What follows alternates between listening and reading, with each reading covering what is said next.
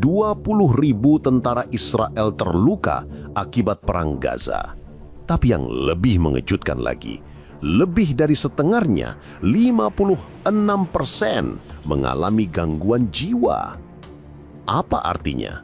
Pasukan yang selama ini disebut-sebut sebagai salah satu militer terkuat di dunia ternyata runtuh bukan hanya di medan perang, tapi juga di medan mental. Mari kita bongkar. Perang Gaza bukan perang biasa, bukan perang tank lawan tank, rudal lawan rudal. Ini perang yang melibatkan bayangan kematian setiap detik, jeritan warga sipil, darah, reruntuhan, dan rasa bersalah yang tak pernah bisa hilang.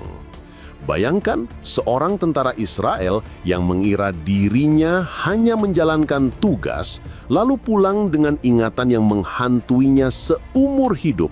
Suara anak-anak yang menangis, bangunan yang runtuh di depan mata, dan perintah atasan yang harus dijalankan meskipun hati menolak. Itu trauma, dan trauma tidak bisa dihapus dengan obat atau sekadar cuti beberapa minggu. Inilah yang disebut perang psikologis. Musuh terbesar tentara Israel bukan hanya pejuang Palestina yang menghadang di jalan-jalan Gaza, tapi pikiran mereka sendiri. Gangguan jiwa massal ini membuka fakta penting. Senjata canggih, jet tempur F-35, rudal presisi, teknologi Iron Dome, semuanya tidak ada artinya ketika yang memegang senjata kehilangan keseimbangan mental. 56% prajurit Israel yang terguncang jiwanya itu bukan sekadar statistik.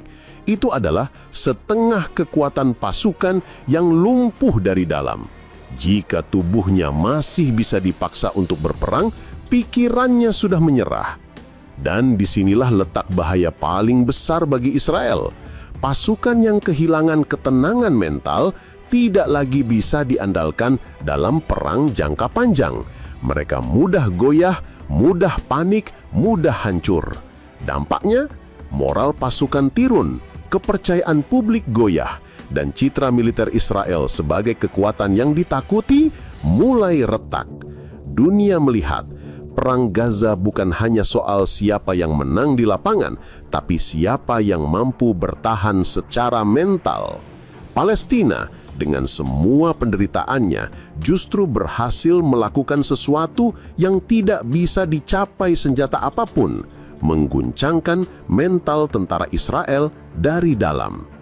Pertanyaannya sekarang, apakah Israel masih bisa berdiri tegak dengan kondisi ini, ataukah kita sedang menyaksikan awal dari runtuhnya militer yang selama ini mereka banggakan? Dunia melihat angka 20.000 bukan sekedar data.